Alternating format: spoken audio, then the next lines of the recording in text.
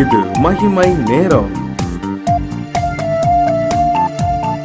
கர்த்தரும் இரட்சகருமாயிருக்கிற இயேசு கிறிஸ்துவின் ஈடு இணைச்ச இன்ப நாமத்தினாலே மகிமை டிவி நேயர்களை அன்புடன் வாழ்த்துகிறேன். மகிமை நேர நிகழ்ச்சியின் வாயிலாக உங்களை சந்திப்பதிலே மிகுந்த மகிழ்ச்சி அடைகிறேன்.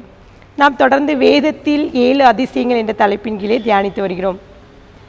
இங்கே அதிசயங்கள் என்று சொல்லும்போது எனக்கு நினைவுக்கு வருவது பிரபல டிவி நிகழ்ச்சியிலே சில ஆண்டுகளுக்கு முன்பதாக போடப்பட்ட ஒரு தலைப்பு செய்தி தான் நினைவுக்கு வருகிறது. 2018ஆம் ஆண்டிலே ஒரு மனிதன், அவன் மேஜிக் கலைஞன், அவன் சொன்னான், இன்றைக்கி நான் வானத்துக்கு மேலே இங்கே பூமியிலிருந்து நான் பறக்கப் போகிறேன்னு சொல்லி.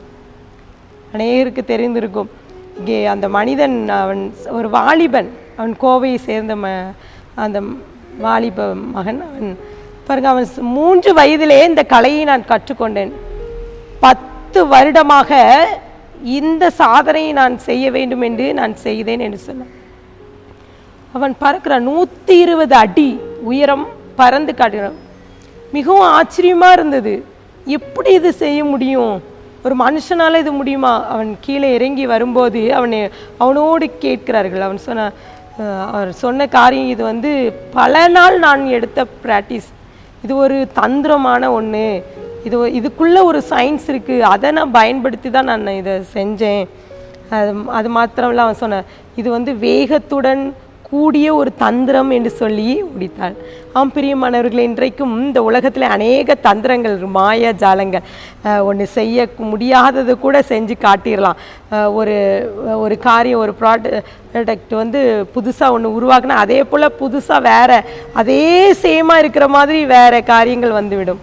ஒரு சோப்பும் அறிமுகப்படுத்தினா அதே போல் இன்னொரு சோப்பு அதே மாதிரி இருக்கும், ஆனால் அதே மாதிரி குவாலிட்டிவாக இருந்த மாதிரி இருக்கும், ஆனால் பார்த்தா டம்மியாக இருக்கும். அப்படி நிறைய காரியங்கள் நடக்கும். அதெல்லாம் ஆச்சரியமாக அதிசயமாக பார்க்குறோம். இதெல்லாம் ஒரு தந்திரமான செயல் தான். இதை குறித்து நான் பார்க்குறோம். வேதத்திலும் அநேக அதிசயங்கள் இருக்குது. இங்கே இந்த ஒரு மனிதன் பறந்தான், அதே போல் ஆண்டவராகிய இயேசு கிறிஸ்து நிகழ்த்தின ஒரு அதிசயம். ஆண்டவராகிய இயேசு கிறிஸ்து இந்த உலகத்தில் வந்தபோது அநேக அற்புதங்களை அதிசயங்களெல்லாம் செய்து காட்டினார். ஏதோ ஒரு அதிசயம், இது ஒரு நடக்காத ஒன்று என்று சொல்லி கொள்ளலாம். வசனம் சொல்கிறது மத்தேயு 14:25, இரவின் 4ஆம் ஜாமத்திலே இயேசு கடலின் மேல் நடந்து அவர்களிடத்திற்கு வந்தார் என்று குறிப்பிடப்பட்டிருக்கிறது. பாருங்க, ஆண்டவர் இரவில் 4ஆம் ஜாமத்தில் இயேசு நடந்து வருகிறார். இயேசு நடந்து வருகிறதை இங்கே சீஷர்கள் பார்க்கிறார்கள். இப்போ பாருங்க, சம்பவத்தை நீங்க பார்த்தீங்கன்னா, இயேசு சீஷர்களோடு தான் படகுல ஏறி போறாரு. அவர் இறங்கி ஒரு மலையின் மேலே ஜெபிக்க செல்கிறார். அப்போ சாயங்கால வேலையா இருந்தது. ஆனால் சீஷர்கள் அவர்கள் ஆண்டவரை இறக்கிவிட்டு அவர்கள் கடல் பயணம் செல்லும். நடுவிலே அந்த கப்பல் நிற்கிறது. இயேசு நடக்கிறதை சீஷர்கள் பார்க்கிறார்கள். வசனம் சொல்கிற மத்தேயு 14:28, பேதுரு அவரை நோக்கி, ஆண்டவரே, நீரே ஆனால் நான் ஜலத்தின் மேல் நடந்து உம்மிடத்தில் வர கட்டளையிடும் என்றான். எல்லாரும் இருக்கிறாங்க. பேதுரு பார்க்கிறார், ஆண்டவரே, நானும் நடக்கணும்னு கட்டளையிடுங்க. கர்த்தர் சொல்கிறார் மத்தேயு 14:19, அதற்கு அவர் வா என்றார். அப்பொழுது பேதுரு படவை விட்டு இறங்கி இயேசுவின் இடத்தில் போக ஜலத்தின் மேல் நடந்தான் என்று சொல்லி போடப்பட்டிருக்கிறது. பாருங்க, கடல்ல நடக்க முடியுமா? இப்போ வரலாற்று ஆராய்ச்சியாளர்கள்லாம் சொல்றாங்க, என்ன வேதத்திலையும் குறிப்பிடப்பட்டிருக்குது, கர்த்தர் அங்கே சீஷர்கள் அவங்க படகுல கடல் நடுவில் படகுல உட்கார்ந்து இருந்து பார்த்து கொண்டிருக்கும் போது கடலிலே ஒரு மனிதன் நடந்து வர்றதை பார்க்க அது இயேசுன்னு கண்டு கொள்றாங்க. பாருங்க, என்ன செய்யறாங்கன்னா, பேய் பிசாசு தான் வருதுன்னு பயந்ததாக வரலாற்று ஆராய்ச்சியாளர்கள் சொல்றாங்க. இயேசு நடந்து வருகிறார். இது நடக்காத ஒன்று. எவ்வளோ பெரிய ஆச்சரியம்! கடல் மீது நடக்க முடியுமா? அப்போ பேதுருவும் கேட்குறார் ஆண்டோட்ட, நானும் நடக்கட்டா? அவர் நடக்கிறார். இங்கே போடப்பட்டிருக்கிறது மார்க் 6ஆம் அதிகாரம் 45 51 பாருங்க. அந்த பேதுரு அவன் பயந்துட்டான். கடல் அலைகள் வருவதை பார்த்து அவனுக்குள்ளே ஒரு பயம், அவன் மூழ்க, ஆண்டவரை காப்பாற்றுங்க. அப்போ கர்த்தர் பிடித்து அவனை தூக்கி விடுகிறார். இது நடந்த சம்பவம் என்னன்னா, மிக முக்கியமான ஒன்று. மத்தேயு 14:33 இந்த கர்த்தர் செய்கிறதெல்லாம் பார்த்து சீஷர்கள் சொல்றாங்க, படவில் உள்ளவர்கள் வந்து மெய்யாகவே நீர் தேவனுடைய குமாரன் என்று சொல்லி அவரை பணிந்து கொண்டார்கள். இந்த சம்பவத்தை பார்த்துட்டு சீஷர்கள் சொல்லிட்டாங்க, நீங்க மெய்யான தேவனின் குமாரர் தான். இன்னும் சீஷர்கள் அநேக நாள் கடல் பயணத்தில் கப்பலில் இயேசுவோடு சென்றவர்கள்.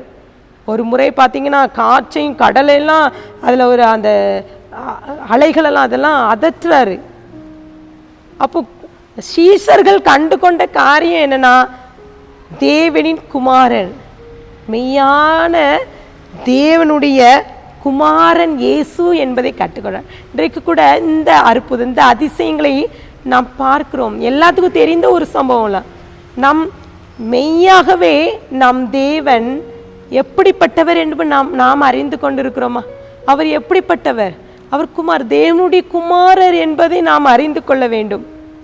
அவர் நம்மை காண்கிறார், நம்மளுடைய எல்லா காரியங்களும் அவருக்கு தெரியும். நம் விசுவாசத்தை அவர் பார்க்கிறார். பேதுரு அவர் பயந்த போது அவர் தூக்கி விடுகிறார். இன்றைக்கும் கூட நம்மை சுற்றிலும் அநேக பிரச்சனைகள் போராட்டங்கள் வரும்போது நம்மை சுற்றி இருக்கிற காரியங்களை பார்த்து நம்ம பயந்து விழும் வேளையிலே அவர் தூக்கி விடுகிறார். சில நேரங்கள் நம்ம நினைக்கிறோம்ல, நம்ம ஆண்டவர் கையை பிடிச்சிருக்கோம், அவர் தான் நம்மளை வழிநட, அப்படி இல்லை. கர்த்தர் நம் கையை பிடித்து தூக்கி வைத்திருக்கிறார். இல்லைன்னா அவர் பிடிக்கலைன்னா நம்ம என்னைக்கும் விட்டுட்டு போயிருப்போம். இந்த அற்புதம் நம் வாழ்க்கையில் இது ஒரு மிகப்பெரிய அற்புதமாக நினைக்கிறேன். மேஜிக் துறையில் இருக்கிறவங்க எவ்வளோ அற்புதங்களை செய்யலாம், எவ்வளோ காரியங்களை மேஜிக்காக காட்டலாம்.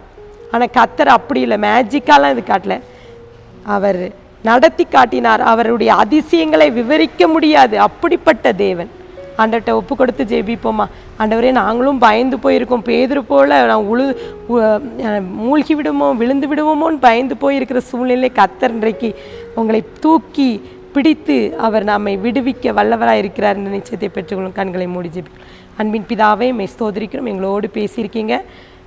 நீர் அற்புதம் செய்கின்ற தேவன். உங்களுடைய இந்த அதிசயத்தை நாங்கள் நினைக்கிறோம். நீர் சர்வ வல்லமையுள்ள தேவன், நீங்கள் ஜீவனுள்ள தேவனுடைய குமாரன் என்பதை நாங்கள் கண்டுகொள்ள கிருபை தாங்க. உங்களுடைய சமூகத்தில் வைக்கிறேன், தாழ்த்திக்கிறேன், மீட்பர் மூலம் கேட்கிற பிதாவே, ஆமென்.